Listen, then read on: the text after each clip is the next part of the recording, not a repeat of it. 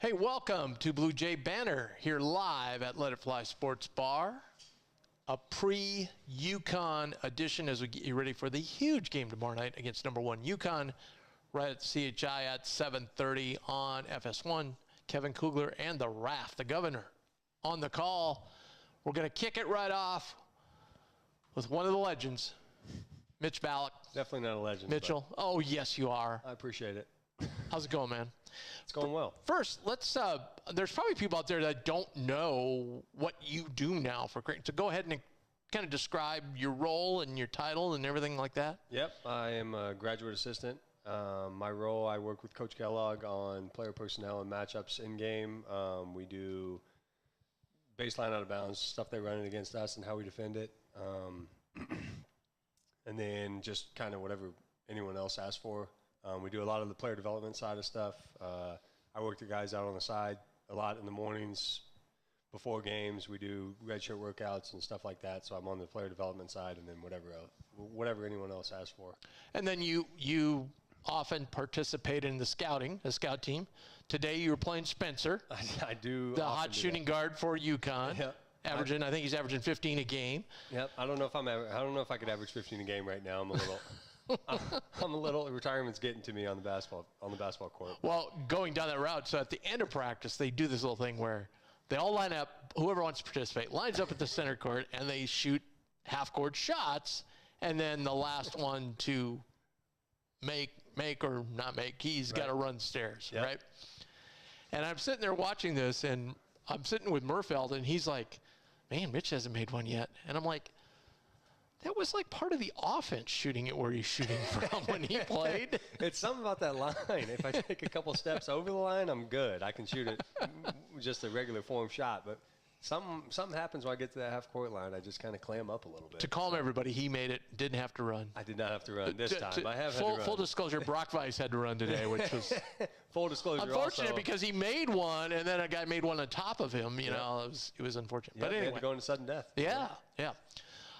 But that's, I get the privilege of going to some practices and you see the detail that goes, you just saw a lot of fans, you just go to the games and see it. You don't realize all the detail they go into, like today, without giving away trade secrets, working on the out of bounds plays, both what we're going to run and what they're going to run. And man, sometimes I walk away going, how does these guys remember all this? Because there's a lot to remember. It definitely is. Before, obviously, you see the 5 to 7 guys on game night, or 8 guys, depending on the situation. You see them on game night. They have to learn it all, know the coverages, kind of what we're doing, our game plan, and execute that. But, you got to tip your cap to the scout team guys. Yeah. Because, every 3 days you're onto a new scout, new team, a whole new offense, whole new out of bounds, and those guys do a really good job of picking it up and giving that team a really good look. I think that's huge in the preparation, and it helps that blue team, really – see something that they're going to see the next night or a couple nights away when the lights turn on. Yeah, absolutely. Fills the arena. So it's a lot, and Mac does a really good job of prepping guys and the details like you talked about. He's very detail oriented, and he highlights what we need to highlight, and he goes over kind of their core things and their core offensive sets, and then our guys do a really good job of picking that up and executing. So I think that's huge, and then we put a lot of pride and we put a lot of time into doing that. So. And not to mention the fact that his offense is pretty intricate. You got to really, a guy, I was talking with somebody the other day, a guy like Kalkbrenner, people don't realize, you got to know a lot when you're running a lot of different, pick and roll and what you're going to do here and this double screen and I got to fall to the hoop here and there's a lot going on. You got to keep, and all of this going on with the chaos of the game, right? Yep. And a lot of times, a guy like Ryan, he has to know everything offensively, what everybody's doing, in spots. And then when we break down or when we get into our free-flowing motion, he has to know kind of the nuances of when to set screens, when to set flares, when to stay out of the way, when to stay in the dunker spot, when to stay spaced. So on top of, like you said, our defense is designed to funnel everything to him, and then he has to, am I going to drop it or go out? Right.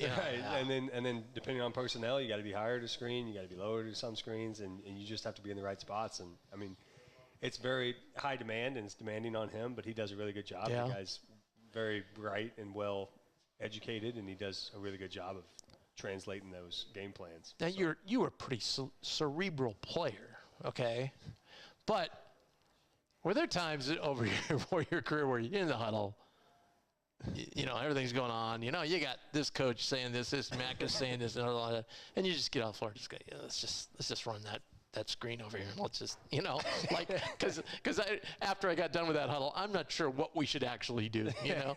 Yeah, sometimes it's chaotic, but Mac does a really good job, especially in like not high emotion, but high emotion situations or scenarios. He does a really good job of being even keeled and level headed, and I think that's really good for calming the guys down, because if your leader's, you know, frazzled, then it's going to trickle down and it's going to go into your guys. But he does a really good job of saying what needs to be said, and then bringing the emotions and controlling them, and like implementing that within his players. And then I think they do a really good job responding to when he. Obviously, you're going to get a little upset sometimes when we blow some coverages. He lets them know about it, but then it's next play, next page, and those guys do a really good job of adjusting. Absolutely. Yeah. And he just talked about that, I think a week ago after they lost that tough game to Butler. Somebody asked him, you know, well, what did you say? And he goes, look, I have to be even keel. If I'm not, you know, not to bring it up again, but, you know, if he's Rick Pitino, okay, you know, you're going to lose the team pretty fast. You know, you can't expect the players to flush that one and move on when you don't, you know. Exactly. I mean, yeah. He's got I don't know if he's got like a 12-hour rule, but he said it on the bus after we won at Butler this last game. He said one of the boosters was like, I mean, you had to have some fun tonight, Mac, right? And he said, yeah, but you got about 12 hours, and then you got to get ready for UConn. Yeah. So that's just. And even less of a short turnaround. Yeah. Luckily for both teams, a short turnaround. Yep. You know. Exactly. And they got to travel. Now, were they actually going to work out there tonight, or was somebody just joking? It depends. Okay. I don't know. When nobody could hit a three, somebody yelled out, "Hey, UConn's coming in here in an hour. We got to get going." Okay, you might be right. That's not. I don't have to be there for those. And every team's a little different. I wouldn't think they'd do it the night before. That seems odd. Yeah, maybe they would do shoot around tomorrow, certainly. When we go in, so when we were at Butler, we played all right, that's not a good example, but when we go on the road and we play like a 7 o'clock game, we'll have optional shooting and optional stuff so guys can go get shots and just kind of get familiar with the arena. And in the morning of the game? No, we'll do it the night before. The night before? Yeah, okay. We'll go in. That's right. When I went a couple of years ago, when you were playing. When I went to Butler, you played that 11, remember that 11:30 game or whatever? Yep. Yeah, you guys, because we were in there and they said, well, you had to practice early or something because there was a women's game in there or something. It was a screwed up thing, but yeah. Yeah, so Mac likes to do that. It's kind of like a mental thing for the players. Like we went with, and our travel situation was a little skewed with the weather, and we had some delays on the other plane and everything. So we only had 2 guys that went, but for those 2 guys, I mean, Steven was one of them. He made some shots, you know, and Isaac was there, and just shoot, get acclimated, and obviously you're in Hinkle, like they're both in Hinkle for the first time. And it's not like we've had great shooting nights in Hinkle. No, I was a part of 4 bad ones and a couple blown leads. So when you're 0-4 in there, you kind of got to get in there yourself and get a little juice. Yeah, and it was kind of cool Saturday too. The game just started, and all of a sudden I saw the sunlight coming through that window, and it was hitting Baylor in the head. And then later in the game, I remember that because they have the press areas on the low level, but it's kind of in the corner, and that time of year, that sun comes through that window and just shines on you the whole game, and you're kind of squinting to see the court. You know? It definitely does. Strangely enough, I don't know, you could fact check me on this, but I feel like we never play a night game at Butler. It's always like that noon slot on Saturday. Did we do one last year? Maybe, but no, most of them. When I saw it, they went, "Oh my God!" I went 11:30. I just, I know what's going to happen. We're going to go 2 for 14 or 18 from 3, and Yeah, those guys play crazy. Well, though. And it's crazy because, like I was telling people, they asked me, they go, "Well, what do you think it is?" And I go, "Well, we got a tour of Hinkle the day before from the SID, and we're on. And there was a ball, so we picked it up, started shooting, right."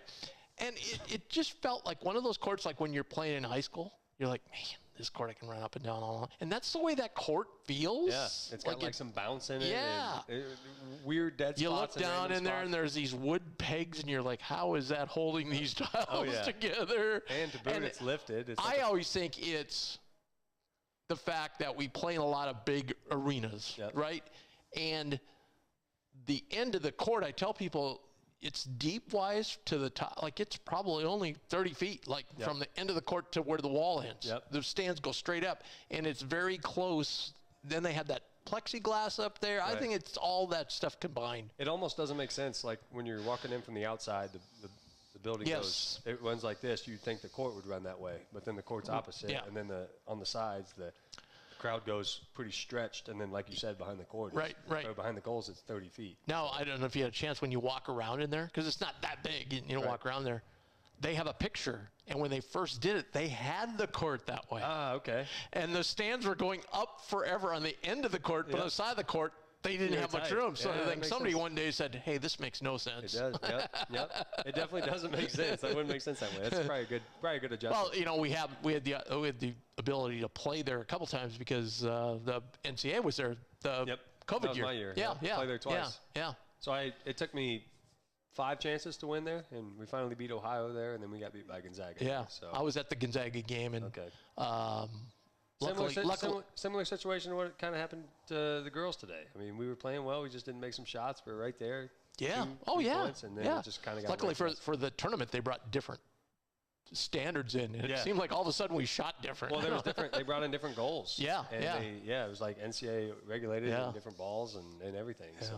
So it worked out. We got one in there, so that's fine. Before we talk about tomorrow night, I want to go back because the last time we had a team this highly ranked come in and we defeated them was when Mitch was on the team, when Villanova came in, number 3 in the country, beat them in overtime.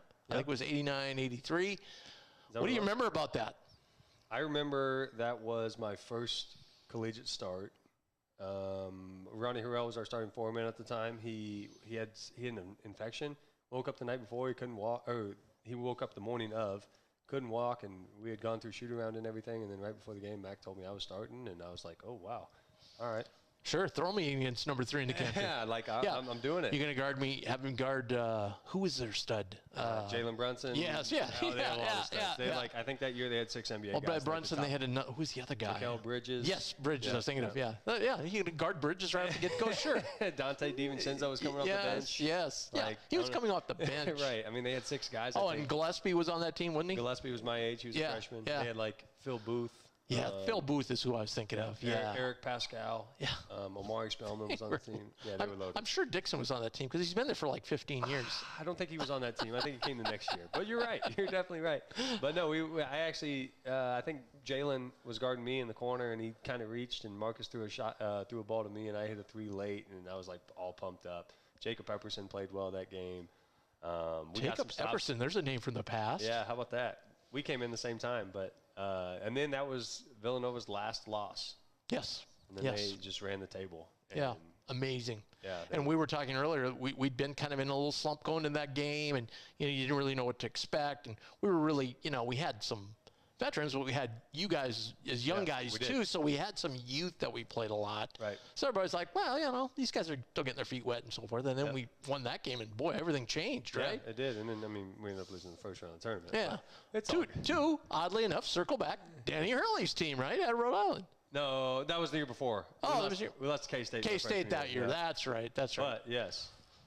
Getting my years all mixed up. Imagine that. You got a better memory than I do. I don't remember what I had for breakfast this morning. So it's pretty good. Me neither. Pretty good on your Mac part. said that. Mac used that exact line today, actually. Did he really? Yeah. Wow. Well, somebody asked him about the last time or something, and he's like, I don't know. Hey, but that dude's got an unreal memory. If he sees a clip from something, and maybe it's just basketball oriented, but also with names, and he remembers everybody.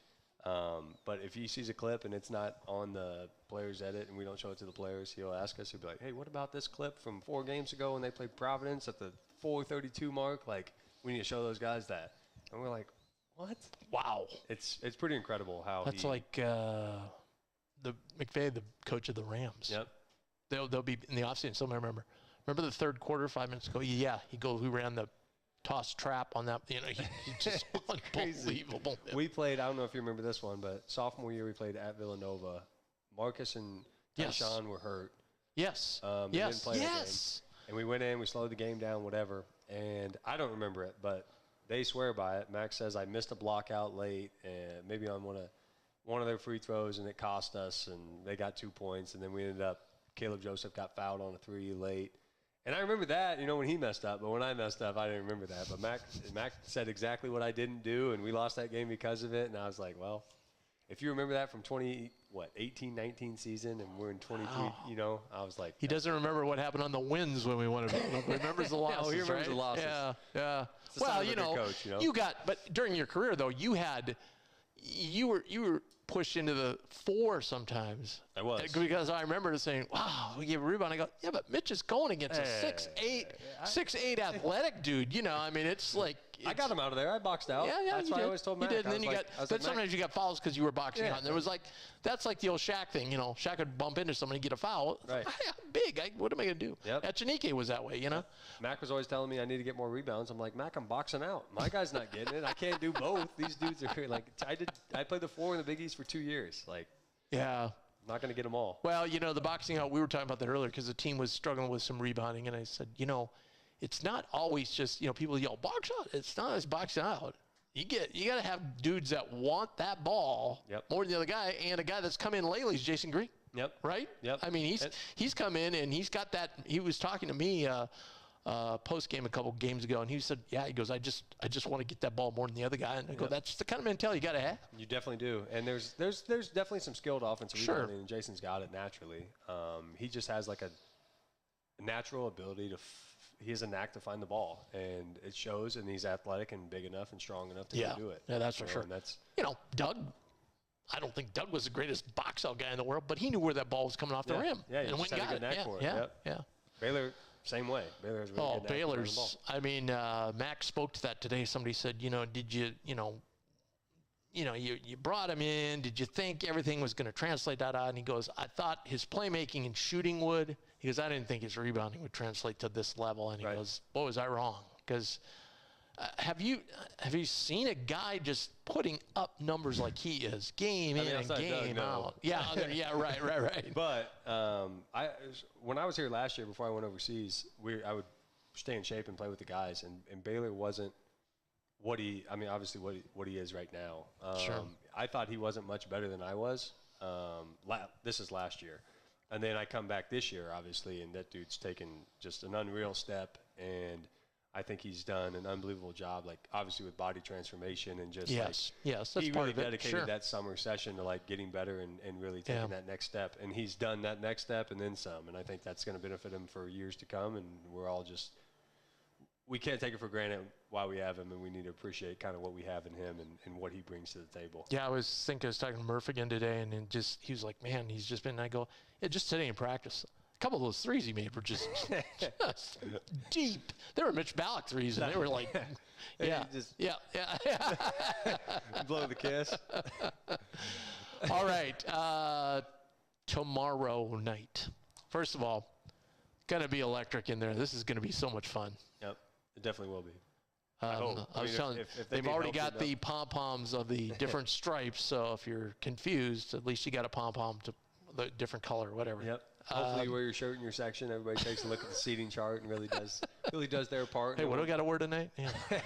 I think that's what they do, right? Yeah, they got to send out a seating chart or something if they want to stripe it out. I told somebody, I said, hey, I got a brand new white one for Christmas. Nice. Mine's white, so I'm good. I'm good. You better be in the white section. But I'm really superstitious. Like, that's fair.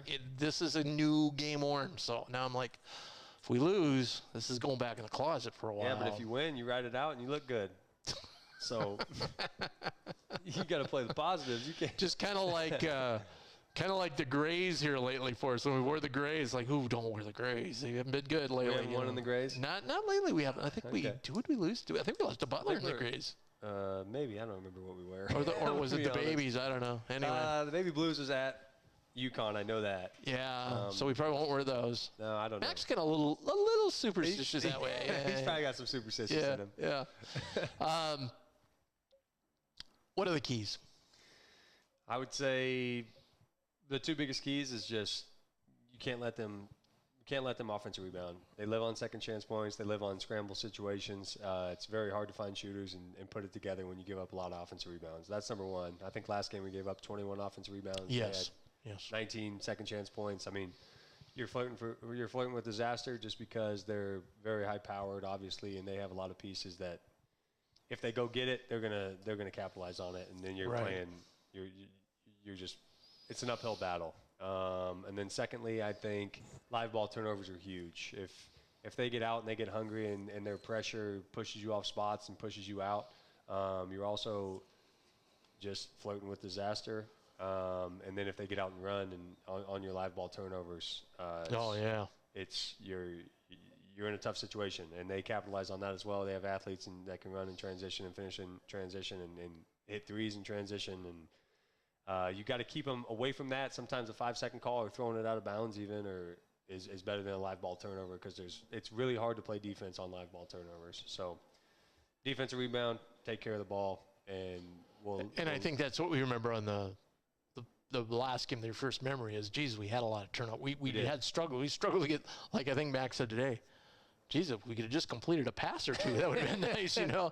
Like, yeah, we really struggled there because their defense is elite. It is. No question. They have some guys, obviously, that are on mock drafts or whatever, if people look at those. But they have some physical ability, and they're able to get into you and make you uncomfortable and be physical with you. But we also have some guys that can get open and use that to our advantage and use that against them. I think the first time we just struggled getting to it, and we were a little lazy on some cuts, and I think Max done a good job of those details that we talked about, and you have to do these little things and catch the ball here at 22 feet instead of 28 feet, and we can run our offense and get some stuff. That was brought up today. The other thing, too, I was mentioning is, the last game, some of those back cuts are there because they're really overplaying those passing lanes out front. If you can get a guy to get the right move and be quick enough, definitely. Then now you're forcing Klingon to make a decision. Is he going to come at you, or are you going to bounce it off to Kalkin? Sure. You know, that's a big thing.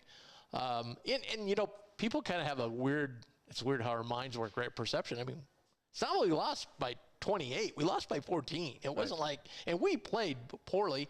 And I was telling somebody else too that, they were kind of, I remember talking about this on the post game that night. They were kind of like to be had that night. They didn't shoot it particularly well. Once they got a lead, they kind of had some periods where they went into lulls a little bit, but we just couldn't shoot well, and we turned it over. So, I mean, we weren't gaining on them. But right. I mean, we were on the road, and I think they had 58 points with like 2 minutes left. Yeah. Normally that's. Yeah. I mean, you think with our offense, we're probably going to win the game. But the thing is, I mean, we missed a lot of good looks and our live ball turnovers, and obviously the defensive rebounds. That skews a game, 14 or 15 points either way. And then if you just clean that up, and then it just comes down to who makes and misses shots. I'm amazed at how high a level UConn has played for a long time now. Usually teams, you look at Purdue, they've only lost 3 games all year, but they've had some ups and downs, even some games they've won. Houston's had a few up and down. Arizona had some early. Marquette has been a little bit, they've just been at such a high level. They probably should have won at Kansas, right? Frankly, and, they'd have one loss right now. Yeah. But they've done a good job. Coach Hurley's done a good job with those guys, and his personnel matches what he wants to do, and they do a good job of creating a lot of confusion and kind of taking advantage of teams. Yeah. And that's just what I will say. This has been a long time since they've been in an environment like they're going to see tomorrow night.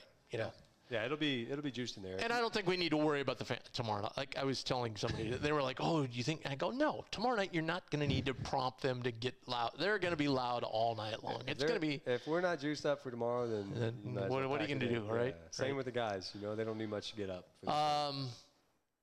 Everything in your life going good? Everything in my life's good. No complaints. Wife's doing well? Yeah, wife's doing well. She's in residency right now. First year at UNMC at the Med. Is that a lot of long hours for her, huh? A lot of long hours for her.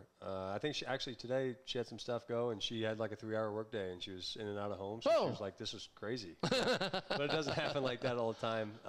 It's good to be back. Obviously, I did 2 years away, so there's long distance is tough. But at the end of the day, you just kind of prioritize what you need to prioritize. Well, I know you're still studying, and I know you got a lot of work. You got a paper and other stuff, so I'm going to get you out of here. I appreciate Thank you so much for coming by, Mitch. This has been a real thrill. It's been great. And that was sponsored, by the way, by West Pacific Dental Group, our title sponsor, Bluejay Banter.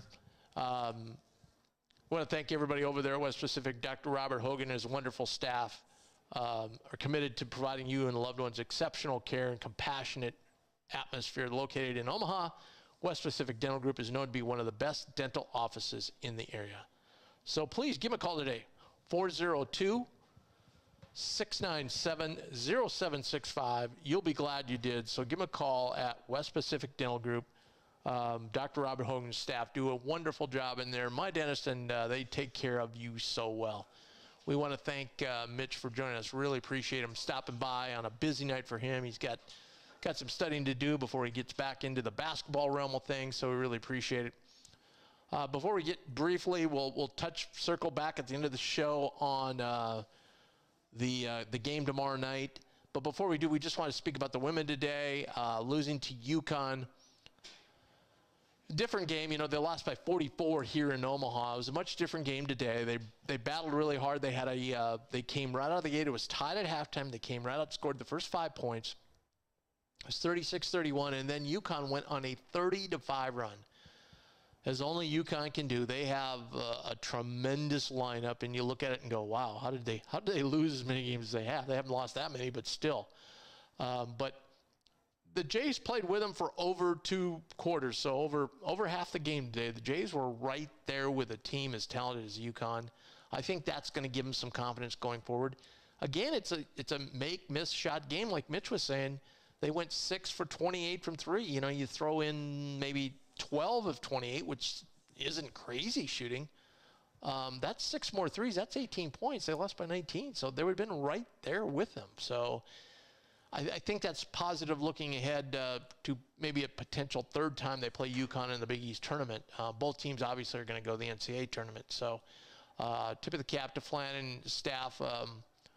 You know, if they hadn't gone on that 30-5 run, they were right there with them pretty much throughout the entire game. So they'll be back in action later this week.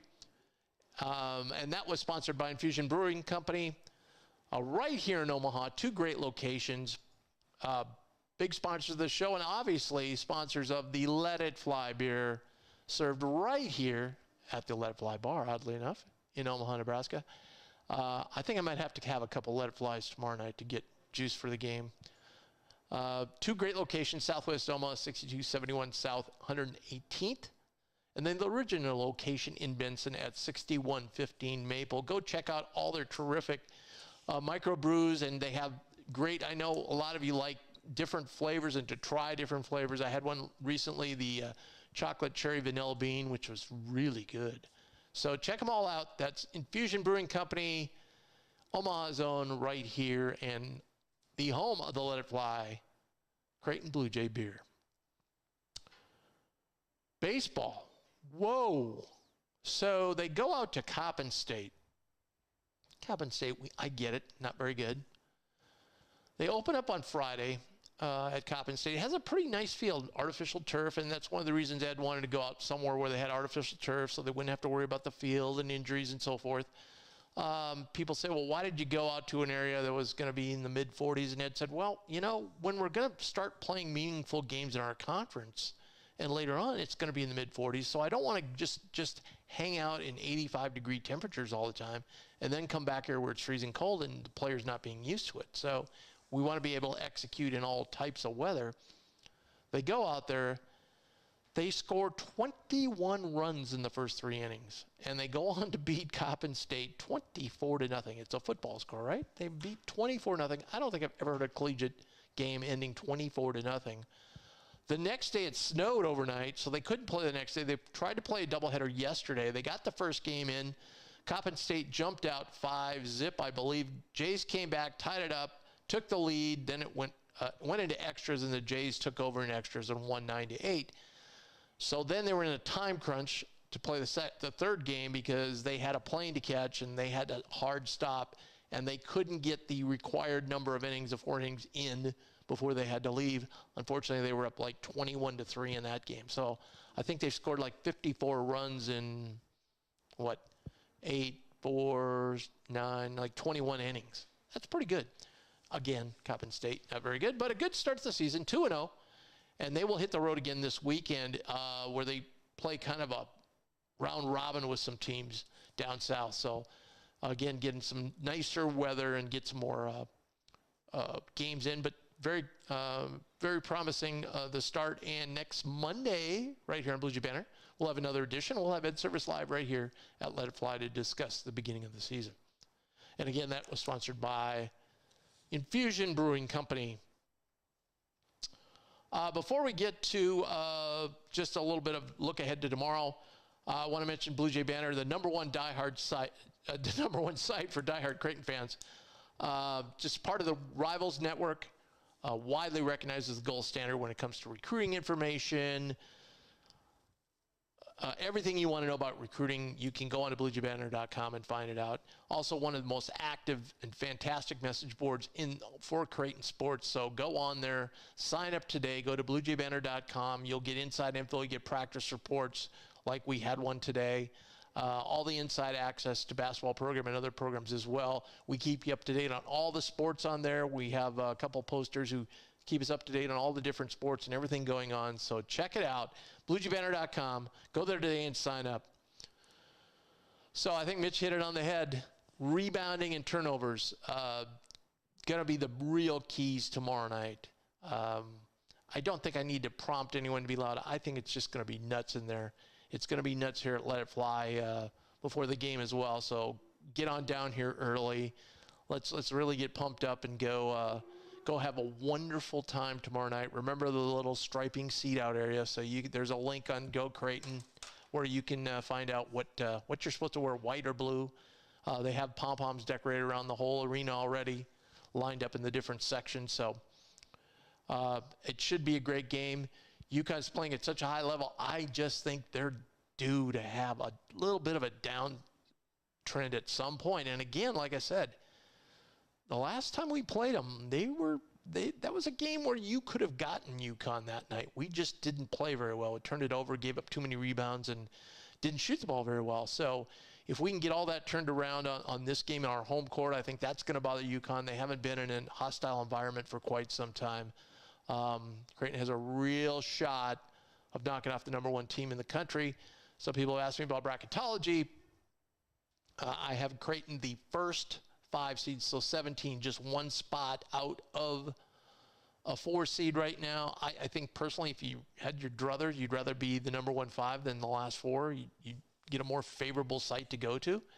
But if a win tomorrow night would be huge, that would be a huge high-quality win for Creighton, something they're missing on their resume. That would boost them. The net would be boosted. Their strength of schedule would be boosted. They would move up easily to the high 4s and then be threatening even the low 3 to move up to a 3 seed. So a lot of implications with tomorrow night's game. I want to thank everybody. I want to thank Mitch so much. Really appreciate him joining us. And we will be right back here tomorrow night, right after the game. So stop by right after the game here to Let It Fly.